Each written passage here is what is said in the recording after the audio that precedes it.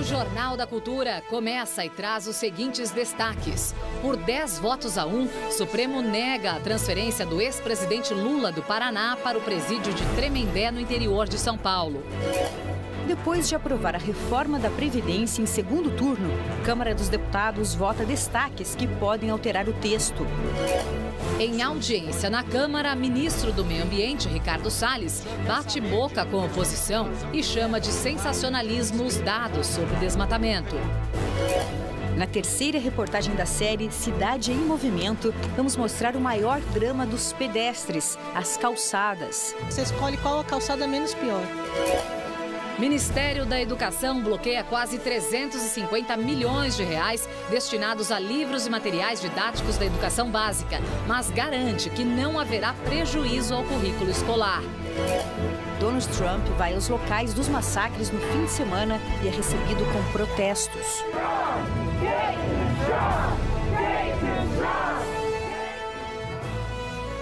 Olá, boa noite. Boa noite.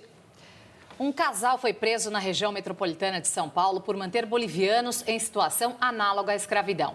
As jornadas de trabalho na oficina de costura passavam de 80 horas semanais. Por causa de casos como este, uma iniciativa vai mostrar ao consumidor de onde as peças compradas vêm.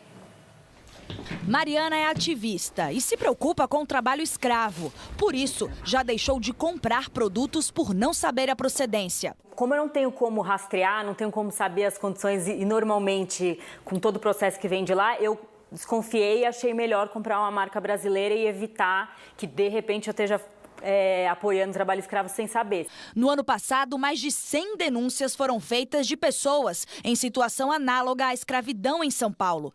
Desse total, cerca de 1/3 estavam no setor têxtil. Os migrantes que vêm para cá para se ativar nas oficinas de costura, geralmente vêm de países sul-americanos, pessoas que têm a cultura natural da costura, que vivem numa situação socioeconômica bastante complicada e complexa. Chegar até essas pessoas depende de denúncias ao Ministério Público do Trabalho. A ajuda de ONGs e da população é importante para combater a prática nas oficinas de costura.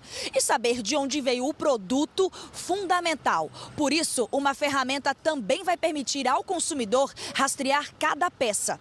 É a chamada Tag a Linha. Basta fazer um cadastro no site e aderir a um dos planos. No próprio site ele vai encontrar, quero rastrear a minha peça. Quando ele coloca o código da roupa dele, aí ele consegue rastrear a história por trás da roupa. O João tem uma oficina e faz questão de alimentar esse sistema. Essa parte do processo ficou bastante interessante, porque a gente consegue acompanhar passo a passo do processo, identificando quando houver erro ou necessidade de se colocar mais material em algum corte, alguma coisa da produção que tenha faltado. Eu acho que num futuro ideal, eu acho que as marcas vão ser cada vez mais cobradas, principalmente pelo consumidor, a dizer toda a origem da sua cadeia, e isso vai ser maravilhoso. O ex-presidente Luiz Inácio Lula da Silva vai continuar preso na Superintendência da Polícia Federal em Curitiba. O Supremo Tribunal Federal suspendeu a transferência dele para São Paulo, a pedido da Polícia Federal e autorizada pela Justiça. Por 10 votos a 1, a maioria dos ministros seguiu o voto do relator do pedido de habeas corpus da defesa do ex-presidente, ministro Edson Fachin. Ele decidiu por suspender a transferência de Lula e reconheceu o direito do ex-presidente ficar em cela especial, como é o caso da superintendência da PF em Curitiba. A liminar também pedia a libertação de Lula, rejeitada por Fachin. Eu estou deferindo liminar para conceder os pedidos 2 e 3 da pretensão da defesa técnica do ex-presidente e, ao comunicar este plenário, submeto a referendo do colegiado. É como voto, senhor presidente. A defesa de Lula recorreu da decisão da juíza federal Carolina Lebos, responsável pela execução da pena, que no início da tarde determinou a transferência para o estado de São Paulo. O juiz corregedor dos presídios paulistas, Paulo Eduardo de Almeida Sorce, indicou então a penitenciária de Tremembé. O presídio ficou conhecido por abrigar condenados famosos, como Suzane von Richthofen e o casal Nardoni. Uma cela já teria sido esvaziada para receber o ex-presidente. A transferência de Lula foi um pedido da Superintendência da Polícia Federal. O argumento é que a presença do ex-presidente na carceragem desde abril do ano passado mudou a rotina aqui no prédio da PF e no entorno e que não haveria estrutura adequada, inclusive para manter a segurança na região. Antes do Supremo suspender a transferência, o assunto repercutiu em Brasília. Um grupo de cerca de 70 parlamentares da oposição foi a pé do Congresso até o STF para acompanhar a sessão e foi recebido pelo presidente Dias Toffoli. No Senado, as lideranças do Partido dos Trabalhadores se manifestaram. Essa decisão é grave, é extemporânea e desnecessária.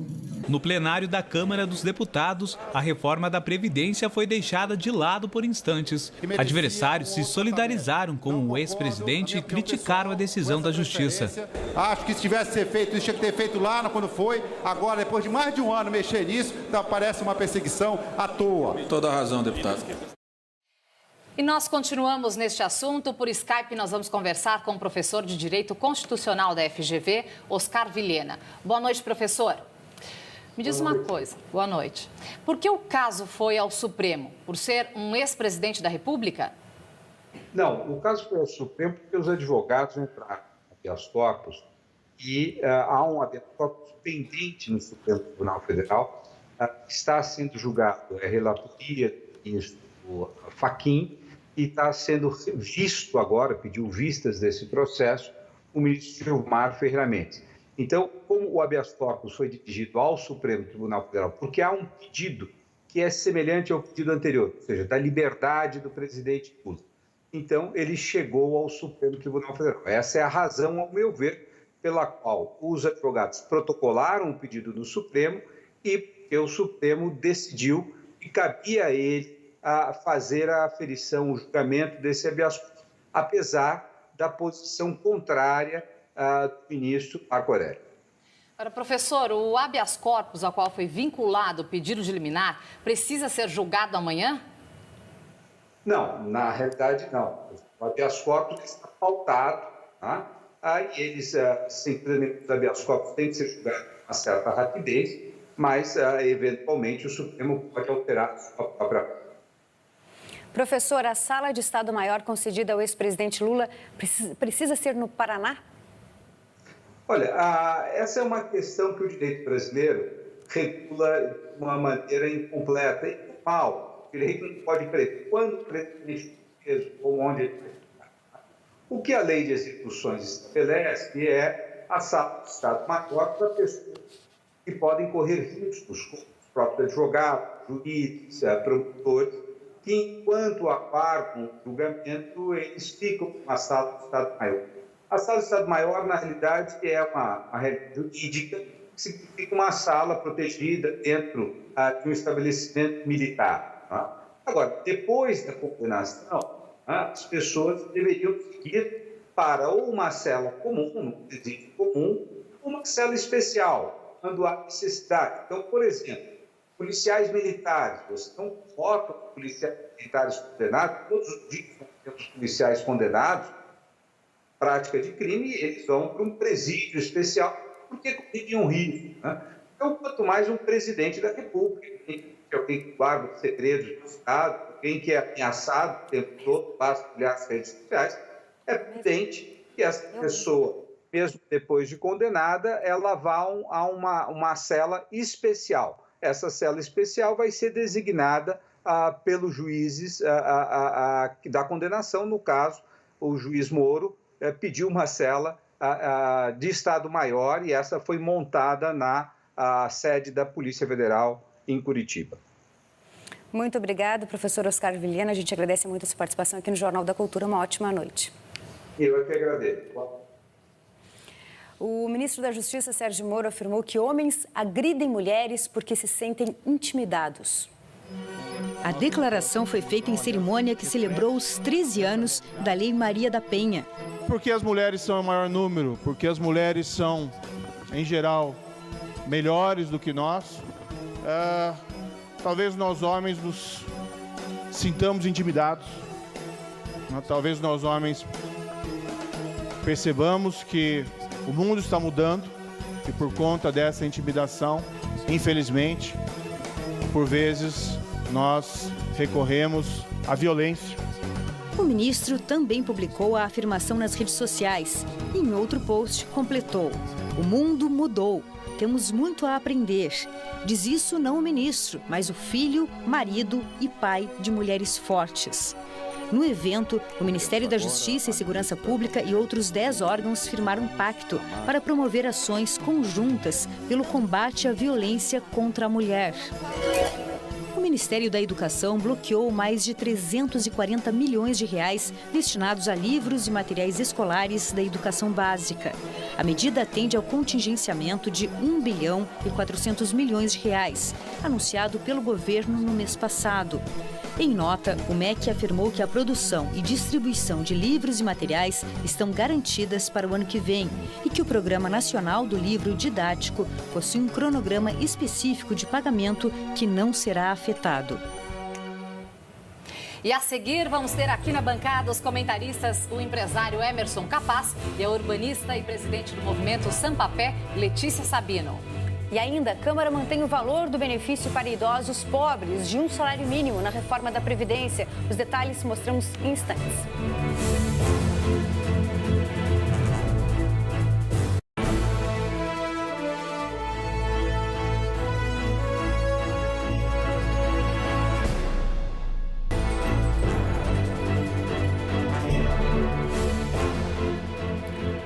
Estamos de volta com o Jornal da Cultura, agora na companhia dos nossos comentaristas, o empresário Emerson Capaz e a urbanista e presidente do movimento Sampapé, Letícia Sabino. E lembrando que você pode mandar perguntas e fazer comentários pelo Twitter na hashtag Jornal da Cultura. Boa noite, Letícia. Obrigada pela presença. Boa noite. Boa noite, Capaz. Boa noite. Capaz, como você avalia o STF ser ocupado da transferência de um preso, ainda que esse preso seja um ex-presidente da República? Bom, na verdade, se criou toda uma celeuma por conta disso e uma bagunça em Brasília por conta dessa decisão. Ela tem várias etapas, né? Vários momentos em que a gente precisa avaliar um pouco separadamente. Primeiro, a decisão da juíza lá em fazer o pedido de transferência tem um certo fundamento. Por quê? O preso Luiz Inácio Lula da Silva está há mais de um ano, 500 dias quase lá. Com movimento, com gente indo, com entrada, com saída, com segurança, uma série de coisas que são obrigadas a Polícia Federal ter uma atitude que não é dela, porque aquilo não é uma prisão, aquilo não é necessariamente um lugar para se ter alguém preso, aquilo é temporário para que depois você vá encaminhando, a partir do momento que a pena está cumprindo e já é decisão, ele seria encaminhado para um outro presídio, não um presídio talvez comum ou uma sala especial, não uma sala de Estado Maior, mas em função disso, a Polícia Federal, por dizer eu não estou preparado para lidar com isso, resolveu tomar essa decisão e foi acatado. A partir daí se criou toda essa movimentação toda por conta também, como disse Oscar Vilhena agora há pouco, de ter um habeas corpus em decisão lá no Supremo. E aí todo aquele caminho, todo mundo foi a pé, Brasília, não sei o quê, 60, 70 deputados sentaram na frente, toda uma onda inteira, acabou o Supremo meio que pressionado e tomou a decisão por conta do habeas corpus de antecipar e fez a votação que deu 10-1. Né? Agora, Capaz, poderia ter agravado a situação jurídica do presidente ou, de fato, a integridade física dele, como muitos colocaram, caso ele tivesse ido para Tremembé? Eu não acredito nisso. Isso é, obviamente, uma tempestade num copo d'água criada para tentar evitar que o Lula viesse para cá, que viesse para uma outra prisão aqui, mas, obviamente, não havia necessidade nenhuma de falar que estava correndo risco, perigo de vida, que ia ser... Não, imagina, já tiveram outros presos que estavam já em situação semelhante e nada aconteceu e não iria acontecer, principalmente com uma figura pública como o Lula. Capaz, essa é a primeira vitória do ex-presidente Lula no STF. Isso pode indicar uma tendência de soltura do ex-presidente no futuro próximo? De jeito nenhum.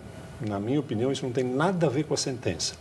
Isso tem a ver com a necessidade que o PT hoje marcou posição para tentar colocá-lo numa situação diferenciada e ver se com isso consegue criar alguma celeuma que possa mudar a sentença. Mas a sentença é uma coisa e esse tipo de decisão é outra.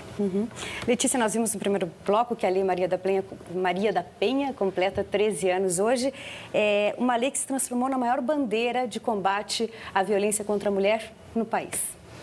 É interessante que essa lei já tenha completado 13 anos e talvez um dos pontos mais importantes nesses últimos anos é que a lei trouxe também o tema do assédio sexual no espaço público e na rua. A gente não pensar que isso é só um problema restrito ao ambiente doméstico.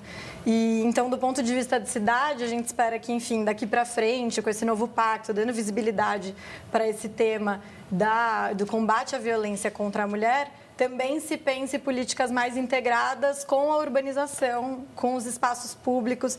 E isso significa a gente ter cidades que acolham a presença das mulheres, visto que as mulheres são as que mais caminham nas cidades brasileiras.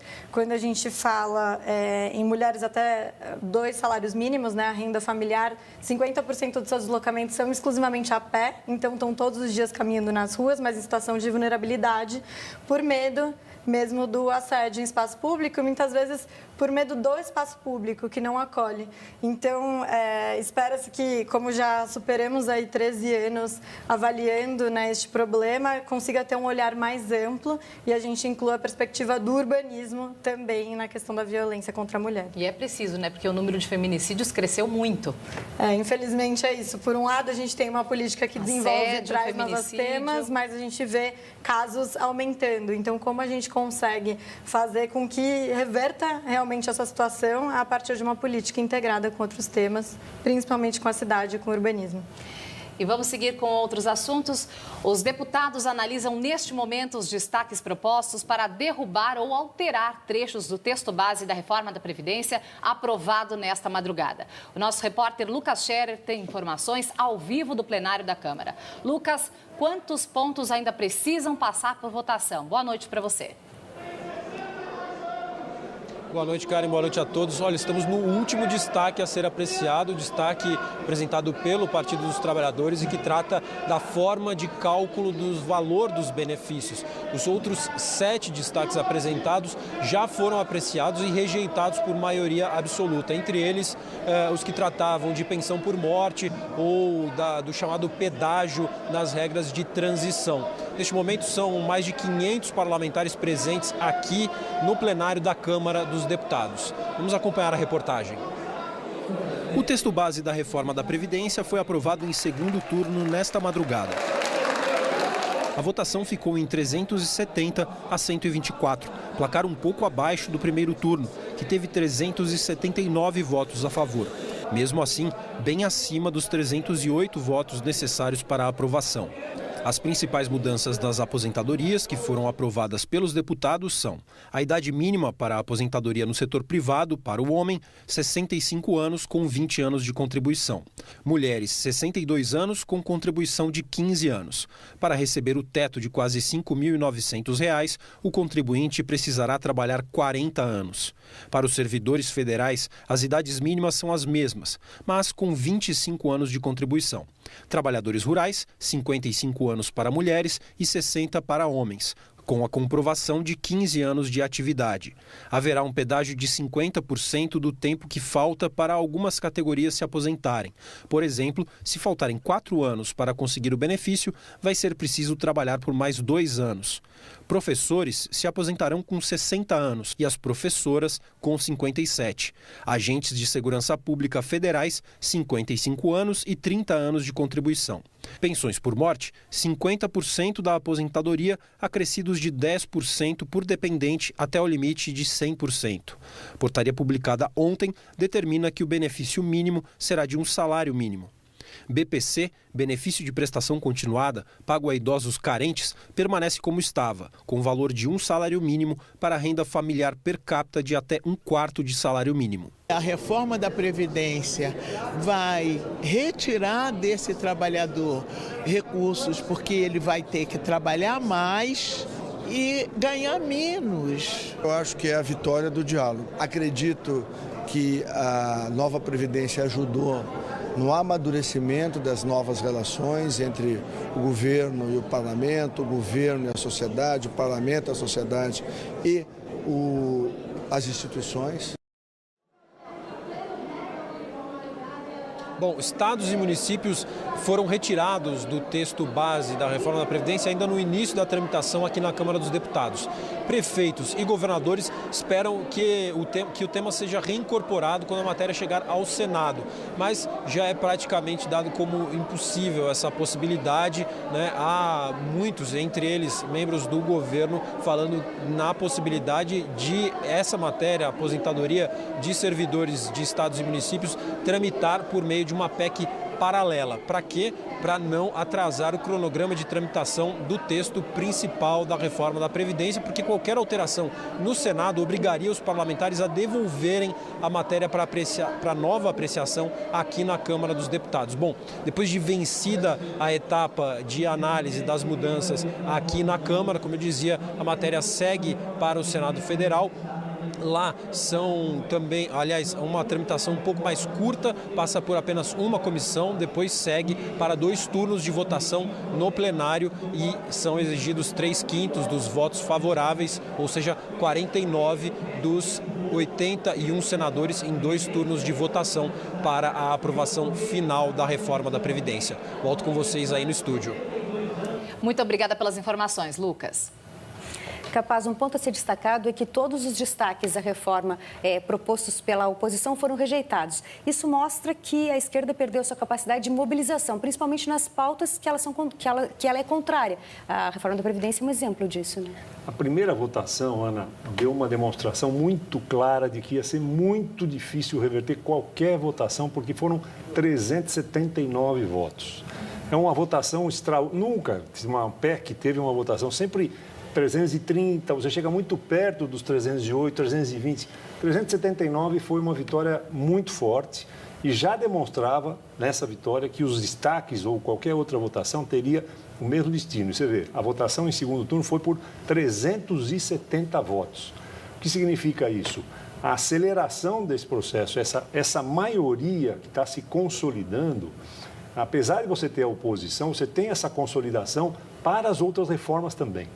Isso é uma coisa extremamente relevante. Não só a velocidade no Senado deve ser muito rápida, nós vamos ter a possibilidade de votar uma reforma tributária que é muito mais difícil em termos de conseguir um consenso, construir esse consenso, e essa maioria está se consolidando, ela deve acelerar a votação das outras reformas que são extremamente relevantes. Agora, Capaz, como que deve ficar os estados e municípios nessa reforma no Senado? Eu acho que lá eles não vão mexer. O Senado não vai mexer nessa PEC que foi para lá, porque se mexer tem que voltar de novo para a Câmara. Se voltar outra vez para a Câmara, aí nós vamos votar isso lá daqui 2, 3 meses para frente. Então, o Senado deve votar essa mesma PEC que está lá 2 vezes e vai se construir uma PEC exclusiva para governo e município. Ou seja, eles vão construir lá no Senado uma PEC, essa PEC vai ser aprovada lá, vem para a Câmara e não impede a conclusão da reforma tributária como um todo, mas aí você constrói uma PEC só para governos e municípios.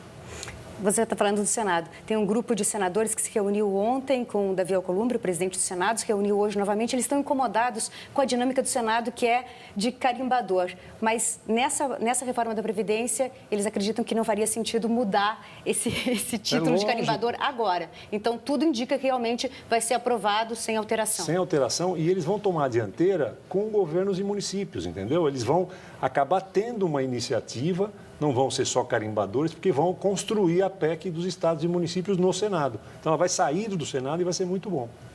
Agora, Capaz, tira uma dúvida para a gente. Afinal de contas, quem vai ser mais afetado com essa reforma? Ricos ou pobres? Muita gente pergunta e ninguém consegue responder isso de fato com certeza. Mas veja, Karina, isso é uma falácia que tentou se construir ao longo dessa votação. É óbvio que os ricos ou os mais favorecidos vão pagar um preço muito maior.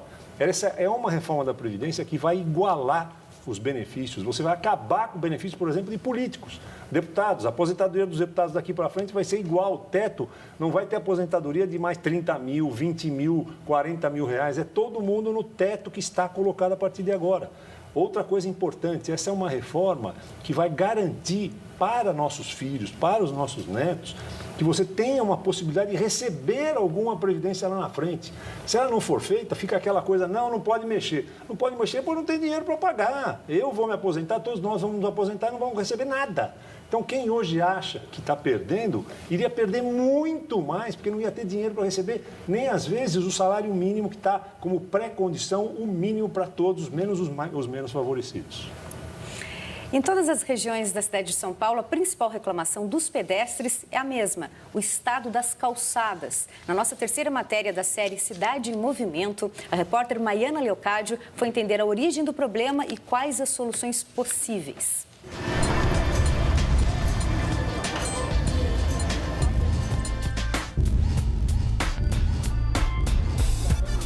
Extremo norte de São Paulo, bairro Jardim Felicidade. Por aqui os moradores caminham pelas ruas porque não há calçada.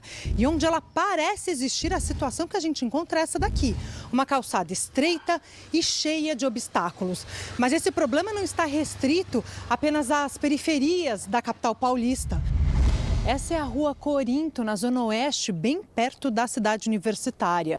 No bairro de classe média, os moradores também andam em alguns trechos pelas ruas, porque, mais uma vez, não há calçada. Aqui não tem calçada, não tem mesmo. Porque os ônibus, falta só subir a calçada. Tem.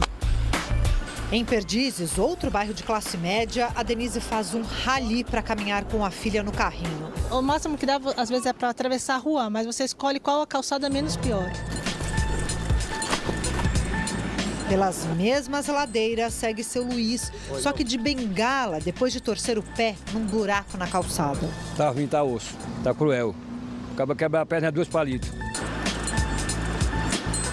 Ruim para o pedestre e para os cofres públicos. 18% das vítimas de quedas atendidas pelo Instituto de Ortopedia e Traumatologia do Hospital das Clínicas se acidentaram nas calçadas.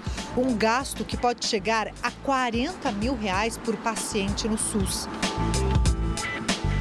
A cena assusta. Carlos se arrisca na rua, entre os carros, para chegar até o hospital onde faz reabilitação. O trecho é curto, 500 metros, que poderia ser feito, mesmo na cadeira de rodas, em 10 minutos. Mas ele leva o dobro do tempo por conta dos desvios que precisa fazer. Aqui é mais uma dificuldade. Como tem a faixa de pedestre, deveria ter uma rampa de acesso para mim acessar a calçada. Tanto desse lado como do outro não tem rampa de acesso. Aí, mais uma vez, eu vou ter que vir pela rua. Em alguns trechos, a rampa de acesso não tem a inclinação ideal e ele precisa da ajuda da nossa equipe para não tombar. Ó, aqui eu já não consigo vir, a cadeira travou. Então, dá uma empurrada para frente. Para frente. Ó, a cadeira atolou aqui, ó, nem consigo mais sair. Não, nem para frente? Nem para frente vai. E nem para trás. Espera aí que ele vai tá. A gente... Posso ir para trás? Carlos! Desníveis, buracos, entulho. Silvia usa esse aplicativo para denunciar calçadas irregulares ao poder público. Um mapeamento feito em mais de 2.500 calçadas em 23 cidades brasileiras mostrou que em 73% delas há piso irregular. Em 10% faltam rampa de acessibilidade. Em 3% simplesmente não há calçada. Falta muito apoio para melhorar a rede de mobilidade a pé para o pedestre. Isso se remete na calçada, na travessia, no tempo semafórico, no mobiliário urbano, na iluminação, muitos problemas na vida do pedestre. Aqui em São Paulo, foi durante a gestão do prefeito Jânio Quadros, em 1988, que os proprietários de imóveis passaram a se responsabilizar pela adaptação e cuidados das calçadas em frente aos estabelecimentos privados. Mas com a fiscalização precária, é difícil manter qualquer padrão. Este ano, a Prefeitura de São Paulo fez um mapeamento das calçadas na cidade. Lançou um programa emergencial para a revitalização do passeio público. Hoje, as regras para construí-las e reformá-las estão no site da Prefeitura. Então, esse decreto também autoriza a Prefeitura a fazer a calçada nas áreas dos privados. com uma obrigação, isso não sai de graça. O privado fica responsável pela manutenção dessa calçada depois de implantada. É uma obra simples, que é refazer calçadas, mas é uma área muito grande, como eu disse, 1.300.000 metros quadrados. Simples e urgente. A Rede Nossa São Paulo fez um raio-x da vida do pedestre paulistano. Das 10 principais reclamações, 7 envolviam diretamente a calçada. A calçada deve ser um espaço da diversidade. Ela deve ter o espaço em que os deficientes consigam se deslocar, que as crianças consigam se deslocar, que os idosos, que as mães com carrinhos de crianças. Então, ela é o espaço em que, digamos assim, ela sintetiza, digamos assim, a qualidade e a diversidade de uma cidade.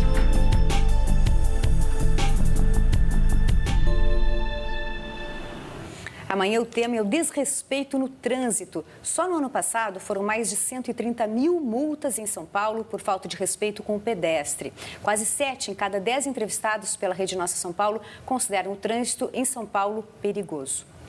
Letícia, nós temos um estudo aqui que revelou que metade dos acidentes com idosos envolve quedas em calçadas. Então, assim, no caso de um acidente, quem que o idoso ou o pedestre mesmo deve procurar? Deve reclamar os seus direitos? É importante que trouxe na matéria essa questão, enfim, desde a época do Jânio Quadros, que se passou a responsabilidade para os proprietários de imóveis, mas, na verdade, quem realmente é responsável pela nossa garantia de ir e vir nas cidades é o poder público, independente se, enfim, a manutenção vai ser feita pelo dono na lote em frente ou não, porque existem padrões a seguir, existe uma responsabilidade do poder público de qualificar pessoas para poder fazer as calçadas nesse formato.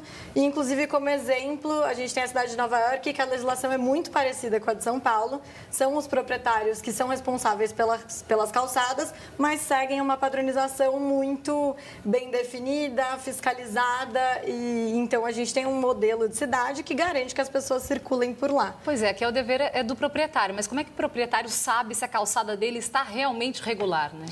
Então, na verdade, acho que inverter um pouco essa lógica. O dever é dele de seguir quando o poder público dá as condições suficientes, necessárias para se seguir esse modelo. Então, foi mostrado também na matéria algumas situações que nem mesmo calçada tem. Então, a gente já nem está falando mais de uma responsabilidade de um proprietário, porque a gente está falando de uma distribuição viária. E quem tem que pensar em distribuição viária e redistribuir os espaços da cidade é o poder público que tem essa atribuição. Tem que fiscalizar.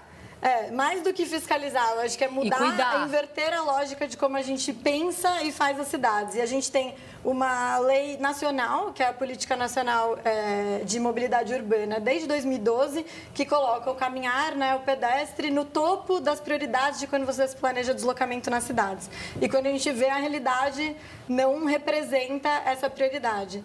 E ainda em paralelo com isso, caminhar é a forma de se deslocar mais utilizada nas cidades brasileiras. Então, a gente está falando de uma maioria, diversa, e como o Jorge também colocou muito bem, é um espaço mais democrático. Então, se a gente quer garantir acesso a todas as pessoas, tem que se pensar na circulação a pé. E acho que quando teve a participação do cadeirante também na matéria, fica muito claro que não é só calçada. Então, sempre que a gente vai falar de deslocamento a pé, para lembrar que é mais complexo que isso, precisa atravessar de uma calçada boa para outra. Rampas de acesso. Então, precisa de rampas de acesso, de travessias com tempo suficiente, com respeito das pessoas. E, nesse sentido, a gente tem também uma legislação, Lei Brasileira da Inclusão. Então, digamos que no âmbito de legislação, a gente está muito bem resolvido. Se chega alguém aqui no Brasil e fala, deixa eu ver se esse país respeita o deslocamento a pé, as pessoas deslocando na cidade, e for ler todas as nossas legislações, vai parecer que aqui é o paraíso. E aí, se realmente chegar nas cidades e começar a caminhar, vai perceber que isso não se reflete no dia a dia das cidades. Pelo que você está dizendo, então, falta uma clareza de quem é a responsabilidade, se é pública ou privada. E também há uma certa negligência com a mobilidade a pé, né? Acho que não necessariamente é uma clareza, mas é como esse processo se dá. Eu acho que dá para fazer quase que um paralelo até com, a Lei Maria da Penha, que quando você tem uma legislação que define algo, se ela não cria todos os mecanismos para isso acontecer, então um lugar que recebe as denúncias, um espaço de acolhimento, um momento de mudança da realidade, isso não vai acontecer. Então a gente tem uma legislação, mas a gente não tem todo esse processo de mudança que é necessária. Não, e não tem o receio, Letícia, da penalização também, porque se você tem a legislação, você tem um controle, mas ele não é efetivado, o que você olha nas ruas é cada um faz a sua. Sim. Não seguem as regras, não olham o padrão, cada um aproveita e arrebaixa a calçada, ficam degraus, é isso que a gente estava vendo na matéria, um degrau em cima do outro, não dá para andar, não consegue andar. Nesse sentido, é importante falar que nem mesmo as calçadas públicas seguem a própria padronização pública. Então, por exemplo, o calçadão da região central de São Paulo é responsabilidade pública. Existem levantamentos até que, na verdade, 80% dos deslocamentos a pé na cidade acontecem naquelas calçadas, então deveria ser uma prioridade para estar totalmente acessível. A gente tem anos de negligência dessa estrutura. E isso se repete em todas as cidades brasileiras, né? E, infelizmente, não é uma particularidade de São Paulo. Então, é importante pensar nessa governança para decidir isso. Mas acho que essa pesquisa da Rede Nossa São Paulo, que também foi mencionada aqui, ela trouxe um aspecto diferente para olhar para essa questão, que ela perguntou também para os paulistanos e para as paulistanas o que está a 15 minutos a pé da casa deles, o que consegue acessar. E também a gente precisa começar a pensar nisso, uso de solo, como a gente distribui os serviços na cidade para as pessoas conseguirem efetivamente em 15 minutos caminhando ir para um posto de saúde, acessar um lugar de educação, uma escola, uma universidade, até mesmo o que mais apareceu lá, que as pessoas caminham, enfim, para a padaria. Mas, na hora do almoço também apareceu na pesquisa. Tem uma superlotação, na hora do almoço mudou muito, se todo mundo circula vai almoçar a pé. Exato, que é um pico, forte, e é interessante porque a hora do almoço é quando a pessoa, na verdade, não está na casa, está no ambiente de trabalho e que, às vezes, é muito mais bem servido de infraestrutura do que o próprio lugar em que mora, né? E tem essas discrepâncias e essa desigualdade na cidade. Tá certo. Uma audiência pública sobre o desmatamento na Amazônia terminou em bate-boca hoje na Câmara dos Deputados. O ministro do Meio Ambiente, Ricardo Salles, participava de uma audiência da Comissão de Integração Regional e Desenvolvimento Regional da Amazônia. O deputado Nilton Tato, do PT de São Paulo, comparou o ministro aos bandeirantes, que durante o período colonial viajavam ao interior do país, caçando índios e explorando as riquezas naturais do Brasil. O senhor é o office boy desse modelo de desenvolvimento que quer destruir os recursos naturais, comprometer a vida no futuro. O senhor só não se parece fisicamente com o Borba Gato, com o Fernando Dias, com o Jorge Velho. Mas a ação que o senhor faz é o do novo bandeirantismo, entendeu? Que vai lá cooptar, matar, vai cooptar uma liderança em detrimento da organização daquele povo, desrespeitando a entidade e desrespeitando a associação dele. Ricardo Salles rebateu e mencionou o reduto eleitoral de Nilton Tato, em São Paulo, e o assassinato do ex-prefeito de Santo André, Celso Daniel, do PT, em 2002. Eu não sou office boy de coisa nenhuma. Quem deve saber muito bem de matar a gente em razão de coisas é o pessoal que está envolvido lá no assunto Celso Daniel. Não admito que o senhor me trate desse jeito. Está mudando o assunto, menino! Se o senhor quer saber de questões de invasão de terra, grilagem e de respeito às áreas, eu recomendo que o senhor vá conhecer uma área lá da região sul de São Paulo. Conhecida, sabe como? Tatolândia. Então o senhor me respeite também nesse aspecto. O senhor é um moleque? O senhor é um moleque? A declaração do ministro gerou uma grande confusão na comissão. A sessão foi encerrada e Salles deixou o plenário escoltado por seguranças da Câmara. Mais cedo, o ministro criticou mais uma vez os dados sobre o desmatamento na Amazônia. Segundo números do INPE, Instituto Nacional de Pesquisas Espaciais, a área com alerta de desmatamento subiu 278% em julho, comparado com o mesmo mês do ano passado. Os números são os mais altos desde 2015 e foram monitorados pelo sistema DETER, que faz medições preliminares diariamente. Os dados anuais consolidados são feitos por outro sistema, o PRODES, e serão divulgados em novembro. Grande parte dessa repercussão negativa tem se originado aqui dentro. São entidades ambientalistas, ONGs e pseudocientistas que estão fomentando isso lá fora para, de maneira reversa, pressionar o país de fora para dentro. E isso sim é uma grande responsabilidade.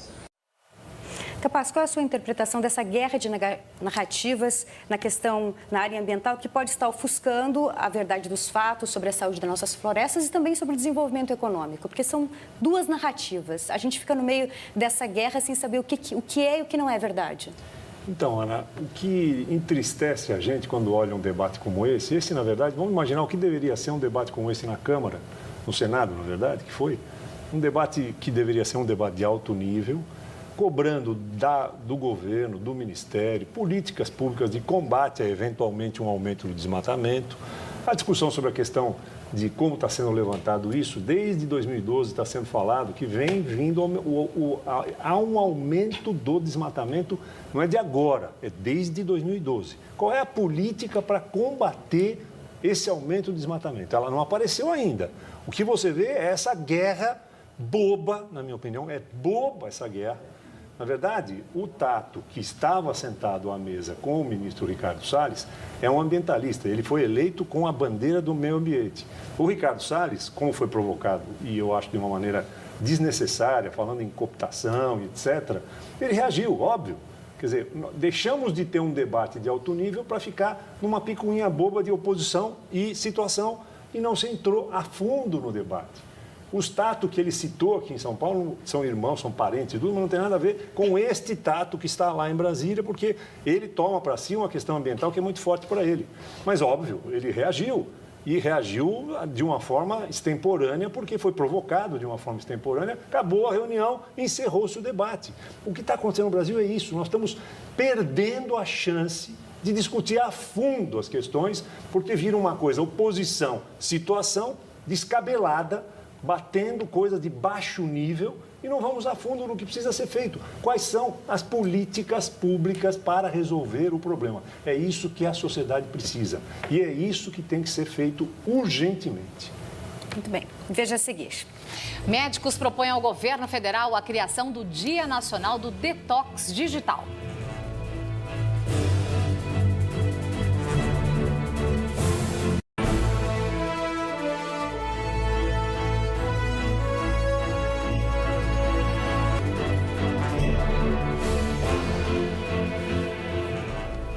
O governo federal, junto com o Instituto de Psiquiatria do Hospital das Clínicas de São Paulo, organizam um dia sem celular, chamado Detox Digital Brasil, para alertar sobre o vício dos usuários. O celular já foi o melhor amigo da Maria. De 2 anos para cá, a relação não é mais a mesma.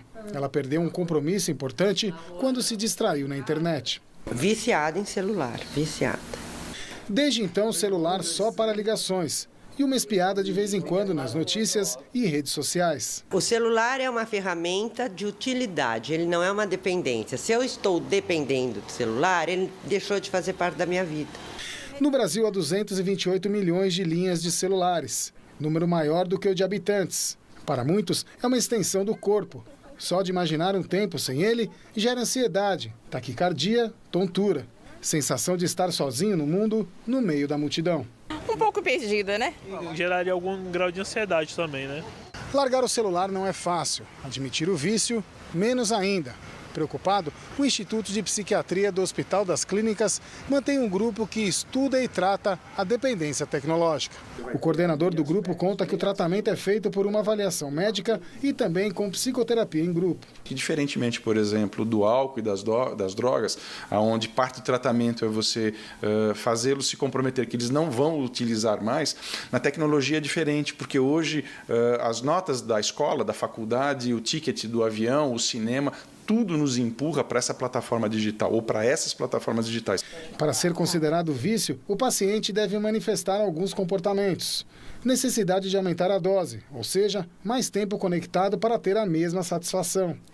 Mudança de humor de uma hora para outra quando não está sob o efeito da internet. Colocar o trabalho e as relações familiares em risco. Viver mentindo sobre quantas horas fica conectado. Longe do celular, fica irritado ou deprimido. Psiquiatras do Hospital das Clínicas levaram ao governo federal uma proposta de política pública para enfrentar o problema. A primeira ação que será feita agora, 6 de outubro, é o que nós estamos chamando de Detox Digital Brasil. Vai ser um dia onde nós vamos lançar desafios para que as pessoas consigam ficar o mínimo possível, o menos possível conectados, para que eles comecem, então, a tomar consciência desse processo, que muitas vezes pode ser negativo. Lembra um pouco um dia sem carro, vamos ver se vai funcionar, né? Um dia sem celular. Capaz, se engana quem pensa que o vício está relacionado a apenas o tempo que a gente fica no celular, né? Tem a questão também de quanto o virtual atrapalha a vida real e quando as atividades online são priorizadas em relação às offline. Ou seja, a gente passa muito tempo no celular, né? Muito tempo, exageradamente. A gente depende cada vez mais desse aparelhinho aqui. Está aqui do meu lado, aqui em cima da mesa. Então, na verdade, o celular passou, como está dizendo a matéria, passou a ser um instrumento do nosso dia a dia. Uma extensão do corpo. É uma extensão do corpo, a gente tem que se controlar com isso. Eu adorei essa última medida do Instagram, que parou de colocar as curtidas no Instagram. Tem pessoa com vontade absolutamente péssima por causa dessa medida do Instagram. Não consegue mais saber se foi muito curtida ou pouco curtida. Já é uma limitação extremamente saudável, porque tinha gente que ficava trabalhando só para colocar fotografia para saber quantas pessoas iam curtir. Quer dizer, isso não deixa de viver. A pessoa deixa de viver e vive para esse mundo digital aqui. E uma outra coisa muito complicada são as crianças. Porque nós, adultos, ainda temos uma forma de controlar, nos policiamos um pouco. Agora, a criança é um vício doentio. Às vezes, em algumas casas, você vê a criança o tempo inteiro com o celular na mão. Em classe de aula, existe uma limitação também nas escolas. Então, eu acho que para essa nova geração, a gente tem que começar agora a limitar um pouco isso. Eu não acredito que esse detox vá funcionar. Acho que vai ser muito difícil. Ficar um pouquinho sem ele pode ser. Quero ver as pessoas, por exemplo, passar um dia inteiro sem celular. Ninguém vai conseguir, certeza. Pois é, a gente que tem filho sabe bem como é que é essa rotina do celular. Tem que estipular limite mesmo, né? Agora, Letícia, na sua opinião, qual que é a melhor forma de prevenir esse vício do celular? Tirar a criança do celular? Acho que uma boa forma de criar esse detox, né, de uma forma mais natural, sem, enfim, limitar regras, é criar boas oportunidades para as crianças, mas para os adultos também estarem offline. Boa. E acho que a gente tem algumas medidas que funcionam para crianças estarem offline, como, por exemplo, a abertura de ruas aos domingos. Se você vai na Paulista Aberta, por exemplo, aos domingos, que é um grande parque em que as crianças estão andando de bicicleta, estão brincando na rua, dificilmente elas vão pegar um celular nessa oportunidade, porque elas estão vivendo uma boa oportunidade offline, né, na cidade. Então, acho que a melhor forma da gente conseguir fazer detox é conseguir ter espaços e cidades que tragam as pessoas para esse mundo offline, de se olhar no olho, de conhecer o diferente, atividade de trocar. física, né? É muito mais fácil para os pais darem o celular e ficarem ali, deixa a criança quietinha, que eu tô aqui quietinho, lendo meu jornal, fazendo o que eu quero fazer. Tem que levar a criança para a rua, isso dá mais trabalho. Dá um pouco mais de trabalho, mas os pais até podem ficar eles no celular, olham às vezes para a criança, mas deixa a criança pelo menos offline se divertir na rua. Exatamente. Está quase finalizando a votação dos destaques da reforma da Previdência. Isso significa que daqui para frente as mudanças na aposentadoria dependem do Senado. Então vamos chamar novamente o nosso repórter Lucas Scherer no plenário da Câmara dos Deputados. É com você, Lucas.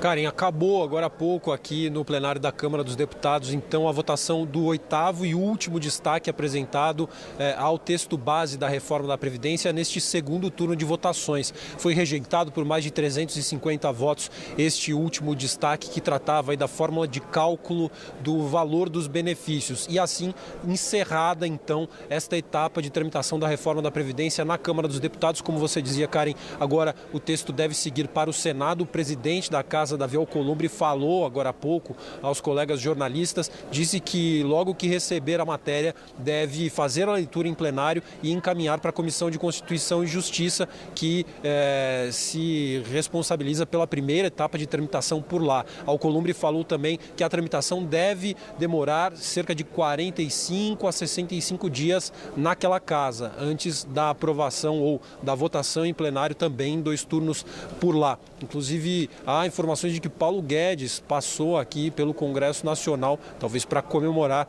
a vitória, mesmo que parcial, do governo em relação à reforma da Previdência, que deve, segundo o próprio Poder Executivo, gerar uma economia de mais de 900 bilhões de reais em 10 anos. Reforço, o texto foi aprovado na Câmara, agora segue para o Senado, onde também precisa ser analisado e votado ou aprovado para que essa economia se efetive no longo prazo, em uma década. Volto com vocês aí no estúdio. É isso aí, Lucas. Então vamos aguardar os desdobramentos no Senado. Boa noite para você. E veja a seguir, após pressão, Donald Trump visita cidades vítimas de massacres. E é recebido com protestos em Dayton, no estado de Ohio. Os detalhes nós vamos mostrar em instantes, não saia daí.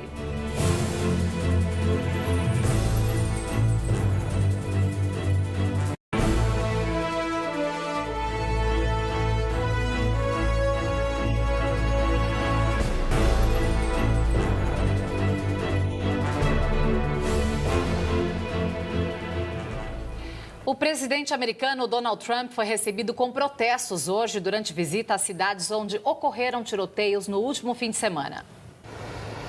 Ao lado da primeira-dama, Melania, Trump chegou de manhã a Dayton, em Ohio. Ele foi para o hospital visitar pacientes e familiares das vítimas do ataque que deixou 9 mortos em frente a um bar no domingo. Do lado de fora, manifestantes usaram cartazes contra o ódio e a venda de armas. O protesto também teve o bebê Trump inflável. À tarde, o presidente visitou El Paso, no Texas, perto da fronteira com o México, onde um outro massacre em um hipermercado terminou com 22 mortos no último sábado.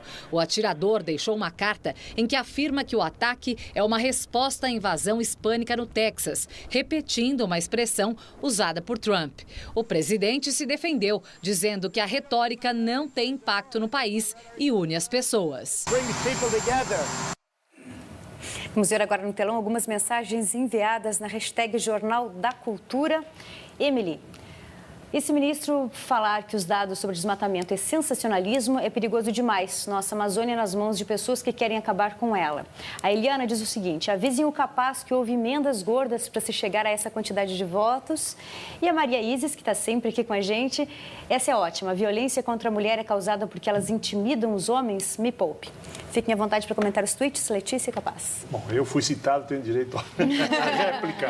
Tenho direito à réplica. Perfeitamente. Na verdade, essas emendas que todo mundo fala, essa votação foi por causa das emendas. Emenda é uma coisa super normal. Emenda, por exemplo, que foram encaminhadas são emendas para educação e saúde nos milhares de municípios em São Paulo. Eu fui deputado federal, eu sei como é isso, não é verba que vai para você, que você vai botar aquele dinheiro no bolso, com esta verba eu fui comprado. Não, eu estou fazendo isso em benefício a algum projeto de educação e saúde naquele município onde a emenda foi encaminhada. Então não tem nada, na verdade essas emendas estavam travadas, foram liberadas, foram aceleradas, é um processo normal e tradicional dentro do Congresso há muitos e muitos anos. Isso não é com isso que se compra voto de deputado, porque na verdade é preciso avaliar se ele compra com cargo, com corrupção verdadeira, carguinho para tirar uma bela de um naco da Petrobras, aí sim você está comprando aquele deputado. Letícia. Eu queria concordar com o comentário da Maria Isis. Realmente a fala do ministro é deplorável e lembrar que o que a gente fala também é violência simbólica. E realmente, num dia que a gente está celebrando o combate contra a violência, na violência contra as mulheres, a gente tem uma fala tão violenta contra as mulheres também de um ministro oficial. Mas a gente espera que isso também seja repreendido e mude daqui para frente. Agradecemos a presença do empresário Emerson Capaz e da urbanista e presidente do movimento Sampapé, Letícia Sabino. Muito obrigada, uma ótima noite para vocês. Obrigada e boa noite para vocês. E nós terminamos essa edição do Jornal da Cultura com as imagens que viraram notícia hoje. Não se esqueça de acessar o nosso canal no YouTube. O endereço é youtube.com/jornalismo TV Cultura. Obrigada pela companhia e até amanhã.